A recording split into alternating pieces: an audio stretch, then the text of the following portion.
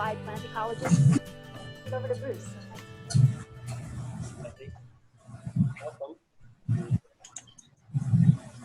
IoE, I guess.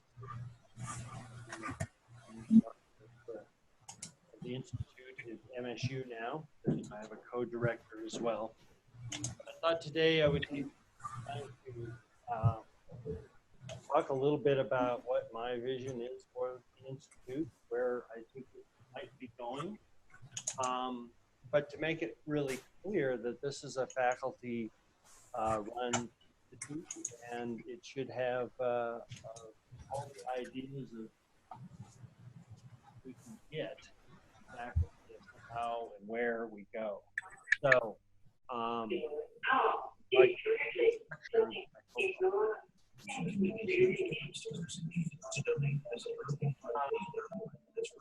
are uniquely positioned and so you take advantage of that.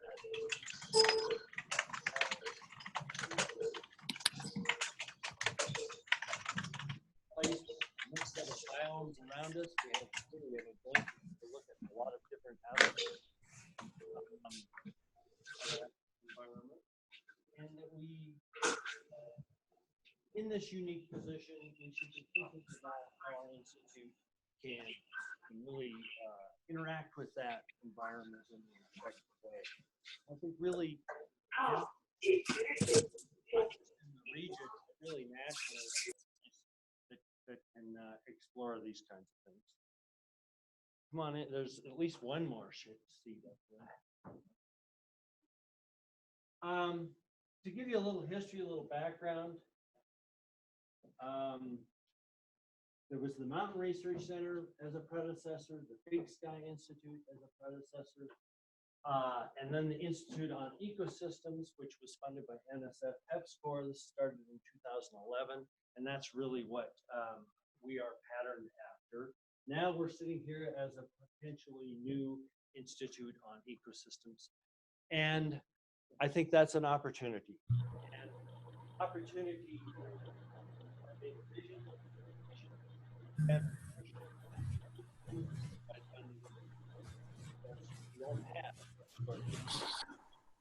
Grant.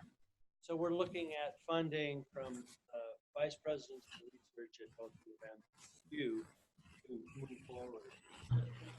The idea of the EPSCoR, the previous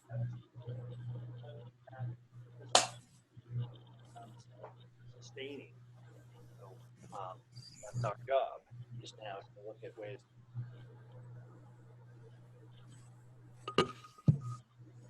So, current IoE, where are we? What are kinds of things IoE?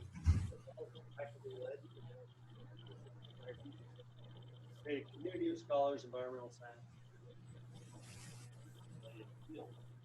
approved by the Board of Research in 2011, Joint University, MSU and build collaborate with non-university partners. It's been quite successful at doing a number of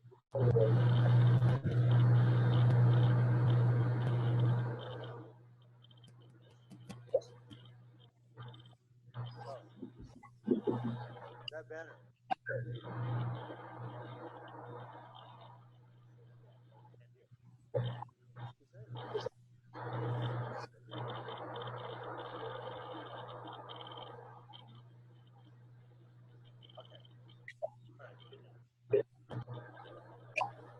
So the first 6 years, environmental sciences related fields.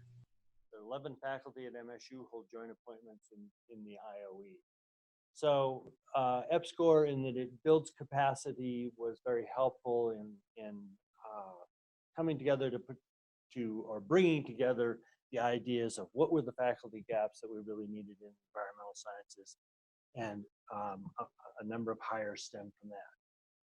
We're home to the Montana Water Center, the Water Resources minor, an undergraduate minor. Montana Climate Assessment was a large project that stemmed with the EPSCoR funding. Statewide Rough Cut Seminar Series, like we're in today. the IoE Distinguished Visiting Lecture Series, and we'll have one of those here soon in October. What was it? Bill. Right, but on October 3rd. So that'll be a nice visiting example of the visiting lecture series, and we're obviously continuing. IoE undergraduate internship program is another aspect.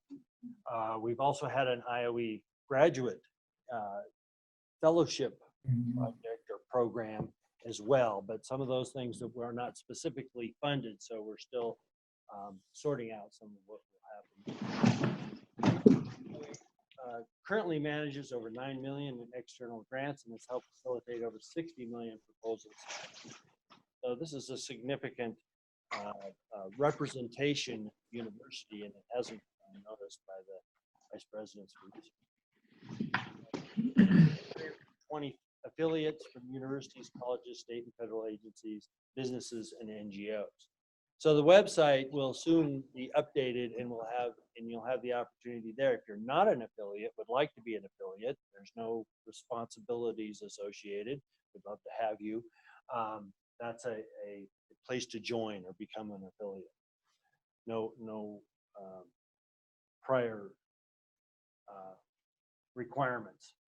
So our current structure, with me as director, Joan McDonald and is the budget and fiscal manager, program manager, Madison Boone, and then in the Water Center, Wyatt Cross is the director, and the assistant director is Whitney Maxwell.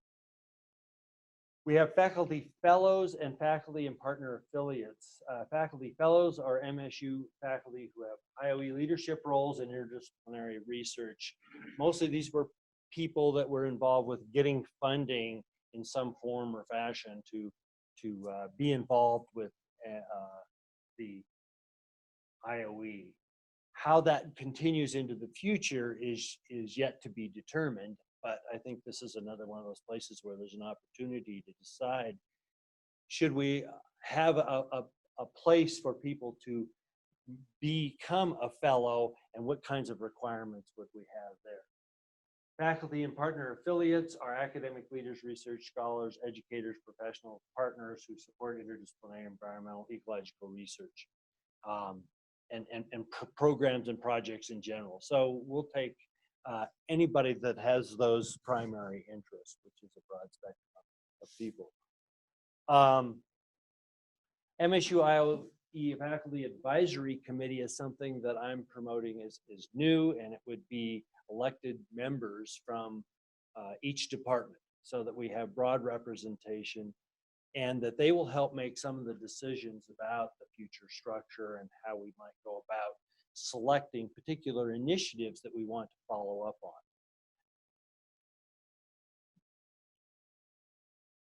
So as we look at Montana and its varied land uses, and we sort of stem out and think about how do we want to present ourselves, or how do we want to interact with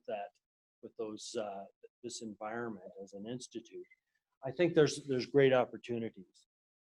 And so I'm going to give you what I think are some possible IoE initiatives. This is my perspective, and I'm certainly looking for input on this idea. And so I'm going to present these as possibilities, but they are not, I'm not committed entirely to these. A few of them I might be more committed to than others. The first one that I'm quite committed to is looking for a way to give us some sustainable funding. And that's to provide the state of Montana with a biennial report on the state of the environment. Currently the Environmental Quality Council, the EQC, is now responsible for doing a report like this. In return, the state provides base support funding for the IoE if we did this report. So this is something I'm promoting. It's actually legislated that stemming from the Constitutional Convention that was in 1972, and in the Constitution is written that there will be a report on the biennium to the legislature. It's only been done in 1975, you can see this report, and then again in 1996.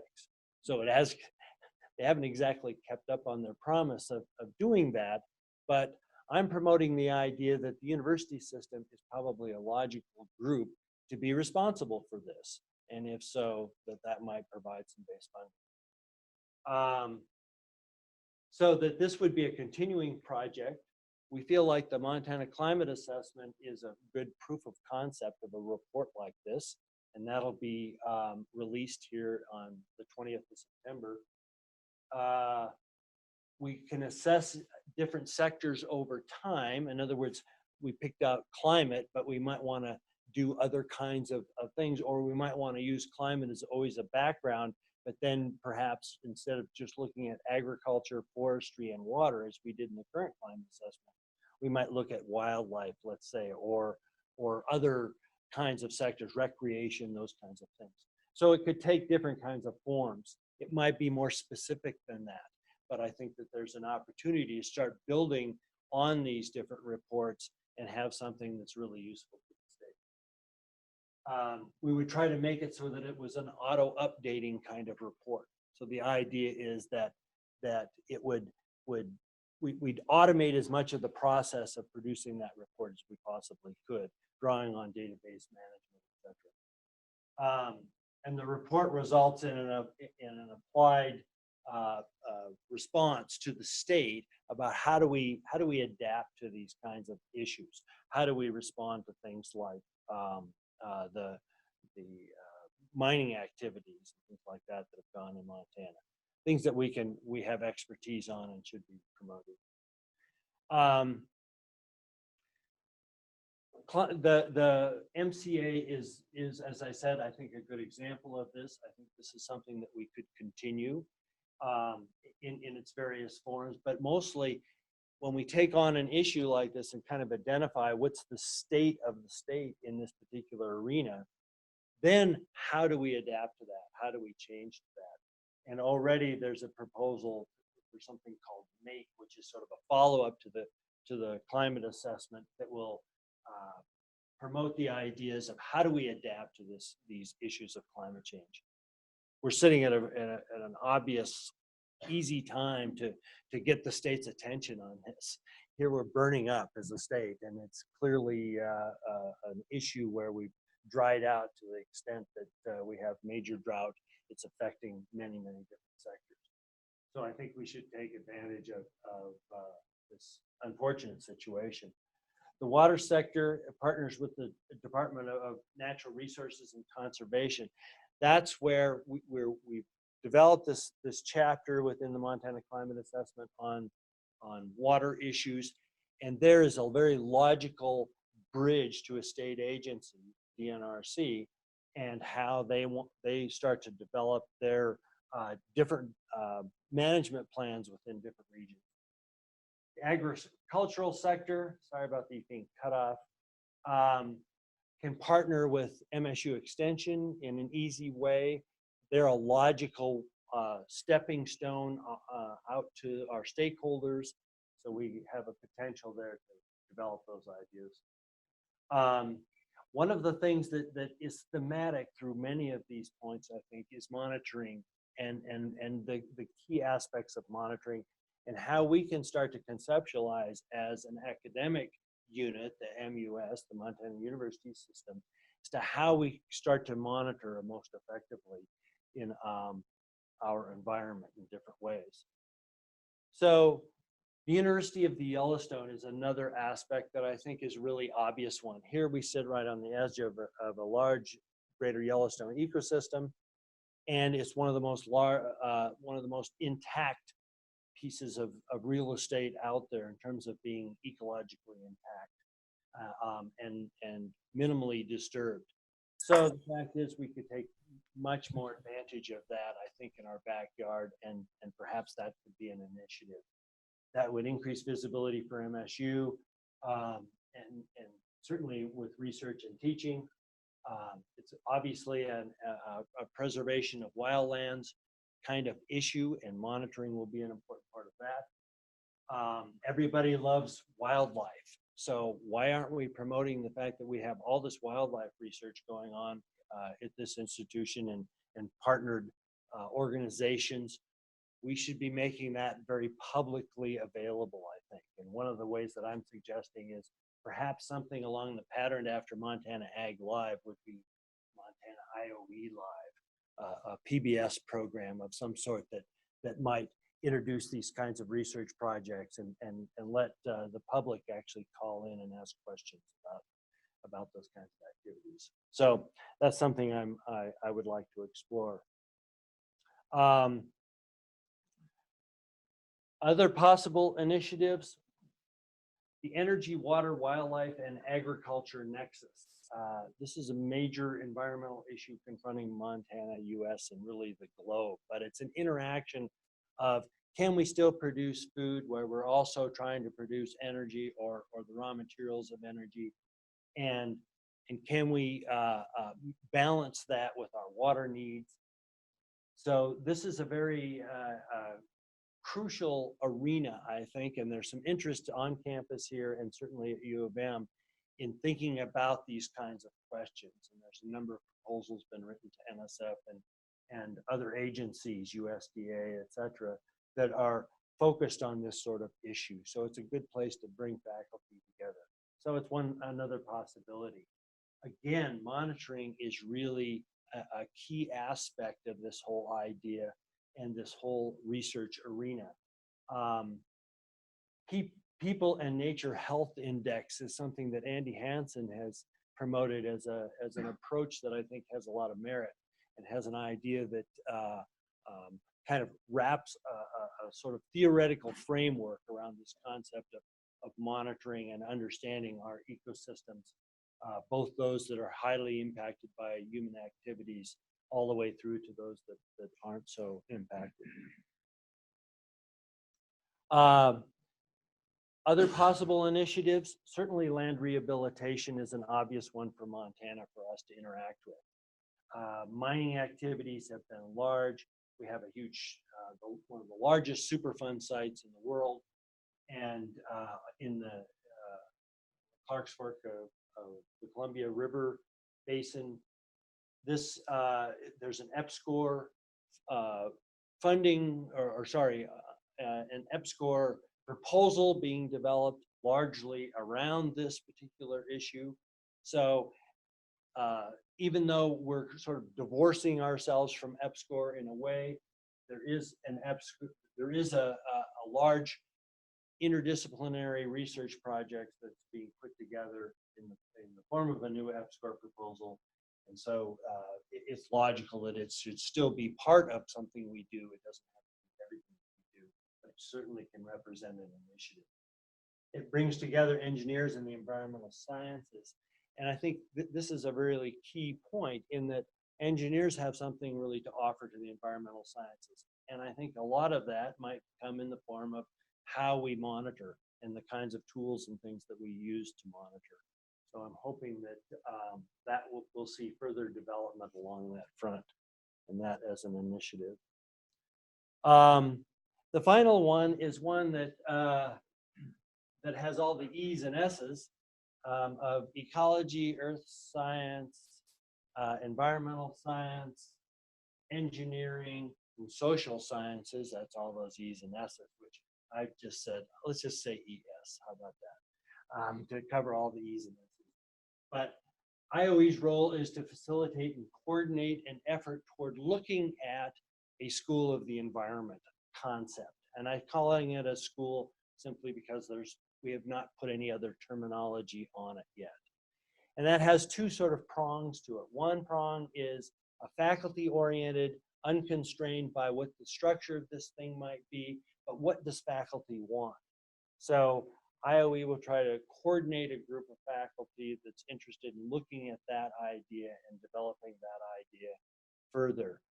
The other prong of that is an administrative one where the logical departments that would be involved, the department heads and deans, will have to think about how do we create a structure that can accommodate these ideas. So we're trying to come at it from that point of view. So that's another initiative that could come within IoE. This school of the environment is something that could envelop IoE. It could end IoE. or IoE could remain totally independent of it. I think it's the slate is clean. We get to define how we want to negotiate that whole process. So there's a few things that are very clear. Ensure faculty involvement. A few things like reducing curriculum redundancy. It could be really crucial to what we do. Make shared space somehow work. That's a very important point here. These are things that especially will appeal to the upper administration. And what we want to do is, of course, raise the visibility of the ES research, all the E's and the S's.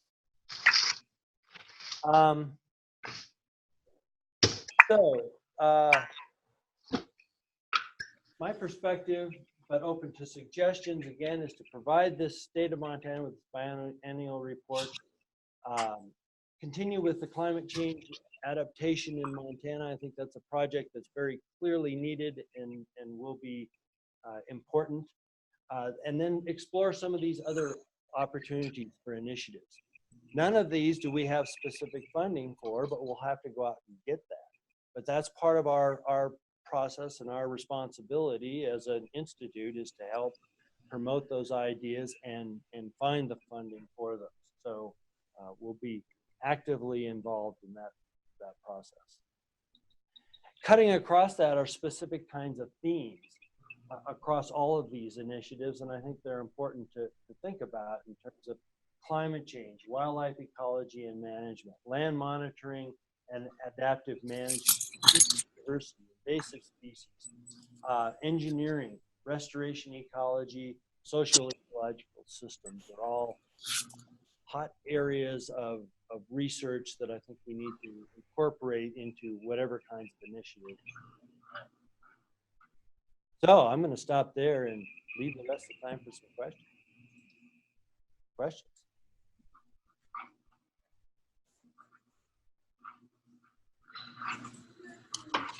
Questions in the room? Have somebody push a mic near you. The first 3 rows have them.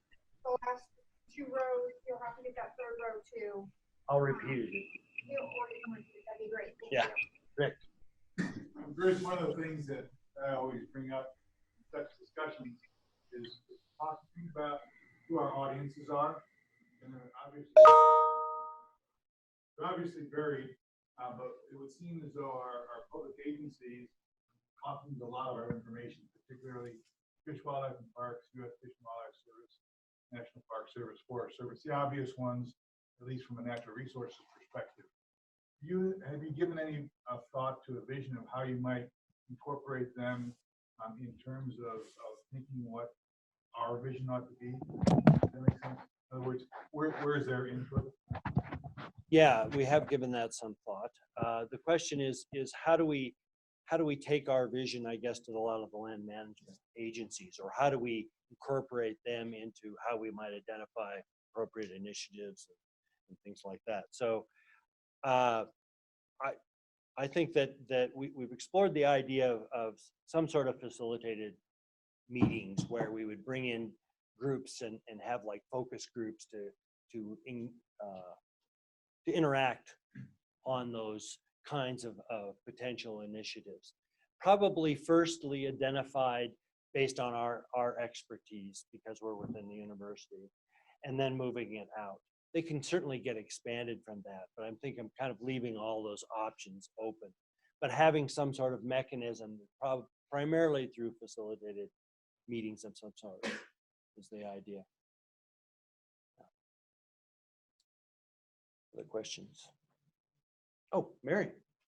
Well, just sort of two-prong, maybe the role of applied versus kind of pure research in this. And I don't know whether some of this was tied to the original history of EPSCoR, but kind of what I see presented as a fairly local perspective on benefit to the state of Montana and maybe agencies and partners here. But where do you see global projects and things more broadly across the country, or other research in that area?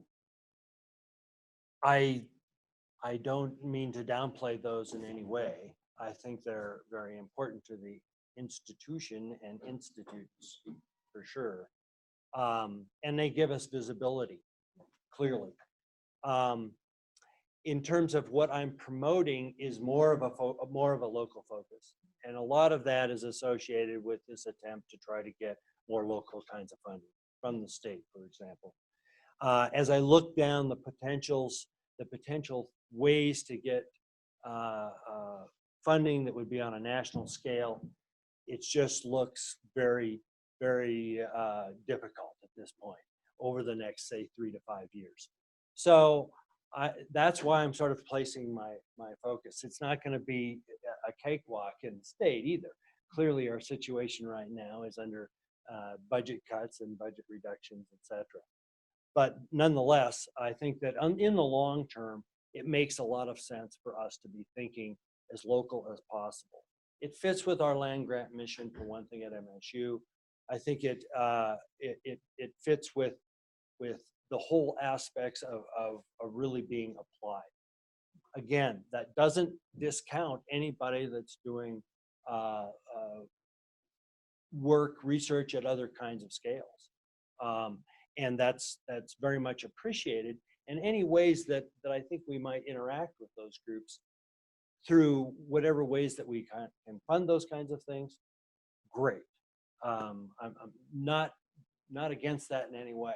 I am saying that I see a bit of a focus shift toward more local kinds of funding or local kinds of activity to support that background for funding. Other questions? Kathy. What are your thoughts about engaging with? What are your thoughts about engaging with U of M? How do you want to, what do you see as opportunities there? And also with some of the other institutions around the state that have affiliated with IoE?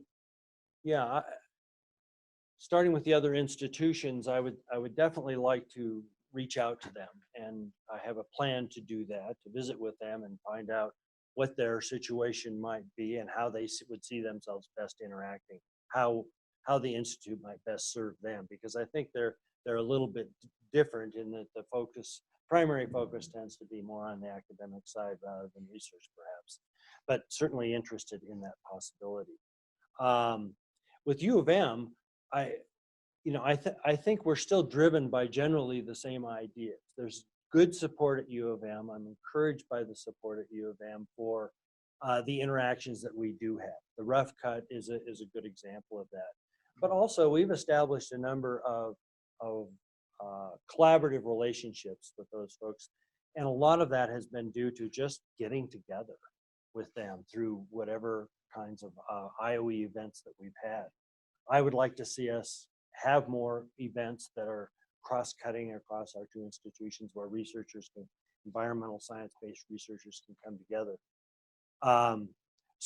And I think Maury Ballet, who is my counterpart at U of M, is equally interested in that when I've had that discussion with him. So, and I think there's mutual interest in really taking a hard look at a state focus for a lot of our research and our effort in environmental science. So with that, we're structured a little bit different in that I think more central to their IoE effort is a continuation of their IoE institute or structure based on EPSCoR funding. They're the lead on the new Track 1 proposal, and therefore they see it as more central than perhaps I think we would naturally. So there's a little bit of a different drive there, perhaps on our two different sides, but there's still mutual interest in coming together and working together. Question online. Oh. Do you see the 6 ideas for initiatives in priority order, or how would you prioritize the 6? I only see the 6 initiatives that I presented there. In the only one is the number 1 is a priority, I think, to investigate this idea of producing the biennial report and what the opportunities are for getting funding for doing that.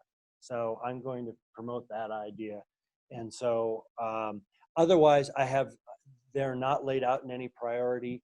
I have not been instructed or charged with those in any sort of form or priority. I presented these when I applied for the position, and I got the position. I don't know if it was because of that or not. I suspect it's not. So I think the slate is open, and I am completely open to ideas, and I think that's the most important point for me to make. I will try to pursue the one because I think it's really important for some base funding or potential for base funding. Bruce, what's Yeah. what's the focus of the track 1 proposal in terms of, you mentioned that that's focused on IoE, or like, do you have some concept of what the theme or what they're hoping to, focus on there? Just thinking about what we might focus here on at MSU, sort of making sure that they're collaborative rather than sitting on top of each other. Yeah, the question is what is the new track 1 EPSCoR proposal that's being led by U of M? I'm pretty tangent. Well, I'm very tangential to that. It's kind of hearsay is all I could convey to you at this point. Unfortunately, there is a group here at MSU that is working with that group at U of M and has specific research objectives. I think Rob might be the only person in the room that is associated with that, and he would be able to. He's the person you should maybe talk to about the specifics. I can only tell you that the general focus seems to be on land rehabilitation, and some mix of that with some engineering aspects to that, but I can't give you details. I'll give you a short answer. Turn on your mic and do that. That'd be great. The basic theme is water quality in Montana, and the science is based on understanding controls of water quality in Montana with a few focus systems, one of them being the Clark Fork, which is the major restoration site. So there is a restoration theme there. Another site is the Judith Basin, which is a focus on agricultural impacts on water quality. And the third site that's a little less developed, but part of the proposal, is the Powder River Basin, which is a resource extraction influence on water quality case study. And then it is tied together materials and engineering scientists with environmental scientists, addressing those themes as interdisciplinary themes in various ways. So hopefully that's just Great. a quick summary. Thank you. Thanks. Yeah. Yeah, I like your idea of the IoE Live, a PBS type show, to get all the neat research that people are doing out to the public. Because when we talk about states that forward, it's not the state of Montana that provides the money, to the taxpayers that get behind a program and say, we need to have this. Would you like to comment? Would you like to, some people don't know what Montana Ag Live is in its current format. Okay, Montana Ag Live is something that's been going for, wow, 20 years maybe, maybe even longer. But it's a panel of experts that for 1 hour on Sunday nights in the fall, and then there's another session in the spring that runs for about, I think, 8 or 9 weeks. And this panel of experts in different agricultural related disciplines sit and they'll have one sort of guest member that talks a little bit about some specific aspect that they work on, their research is focused on. But that's very short. And then the rest of the time is people phone in questions to this panel once the panel is introduced, and there can be different experts in different arenas, and they get asked different kinds of questions, and a lot of those questions tend to be horticultural kinds of things, but it's very it's amazing what the audience is. It's huge, and the PBS reaches most of Montana in small towns and places across the state. And it's been an amazing promoter, I think, of MSU and what MSU can do. It just seems like, wow, there's a whole other segment that we could be exploring that I think people would find really interesting. So I would hope that we might be able to promote a second kind of program to the Ag Live. And like I said, I was suggesting IoE Live. Other questions? Barry. So you've had, some experience with the climate assessment, and now you're doing, or want to promote this environmental biennial assessment. It's all, dependent on legislative support. I guess I want to be optimistic. Educate me on what are the positive pressure points in the legislature would want this or work with this type of information. Is anybody calling for it? What committees are you working with? Is it just DNRC that you're with? Or just, I would appreciate a little bit broader education on how optimistic we can work with the legislature. The only discussions so far have been with the EQC, with Who is that? the Environmental Quality Council is an appointed set of people that they're legislatively appointed. So they sort of are representative of the majority, I guess, in the legislature. Although there's a few people that remain constant. Scientists, not scientists? They are scientists. They have science backgrounds. Let's put it that way. They are, they have a huge slate of things to deal with, because anything environmental that requires is required for legislation, let's say, they have to review and respond to in some way. So they're constantly have a backlog of things that they have to do. It's no wonder that they don't produce this report, frankly, because it's sort of covered in some ways by other things that they do, although in a haphazard way. We're suggesting that, gee, we could help out with this in a big way. And you're right, where's the support for this? Well, I think what we've done in the MCA, especially with the agricultural sector, is one primary arena. And that's the one that I think I would explore as much as possible, is working with how do we make that into a more consistent sort of report about agriculture, and that would be one of these continuing portions of this biennial report. Certainly we have the Ag Statistics Association, and we get a lot of information there, but not much of it is synthesized, and there's no projections.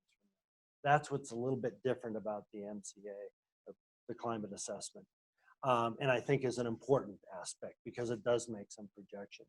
There's kind of an equivalent economic report that's being conducted. So why not have the environmental side to that? So I think there are some models out there, and I think there is some fundamental support for the concept. So we'll see how it goes.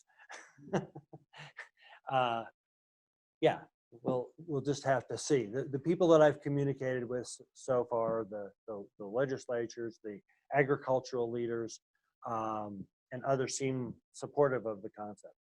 So hopefully that will turn into support when it comes to something that might be legislated. Other questions? Yeah, Bill. Well, I organize green drinks here in Bozeman, and IoE is hosting green drinks this month on the 20th. Not sure where yet because Madison's out of town. No. It's at it will be at the Bogart Pavilion. Bogart Pavilion. Yes, on the 20th, on the evening of the 20th. 5:30 to 8-ish. Yes. Yeah. And we would love to have as many people as possible come to that. And MSU has not been all that well represented perhaps in the past. Nope. So this is a great place to interact with the local NGO community in particular. And I think it's one of those places that we'd like to interface. Thank you very much for bringing that up. Yes, and there's also beer And and food. beer and So, food. and it's It's free. free. Yeah. Yeah. Right. Most importantly. Yeah. Yeah, Kathy. You might also mention that the 20th is the launch date. You said that for the Montana Climate Assessment. So there'll be a press conference that day from 12 to 1 that we're having. It's a video press conference with extension, but it's a perfect follow-up to have these green drinks because I'm sure some of us will really need a drink after that, that evening. So the MCA will be live, available on the web, the 20th, and Yeah, so it's going out to the press, so there'll be lots of questions from the press about the climate assessment, and so that'll be a interesting experience for some of us. So, other questions? Well, thank you very much. Appreciate you coming.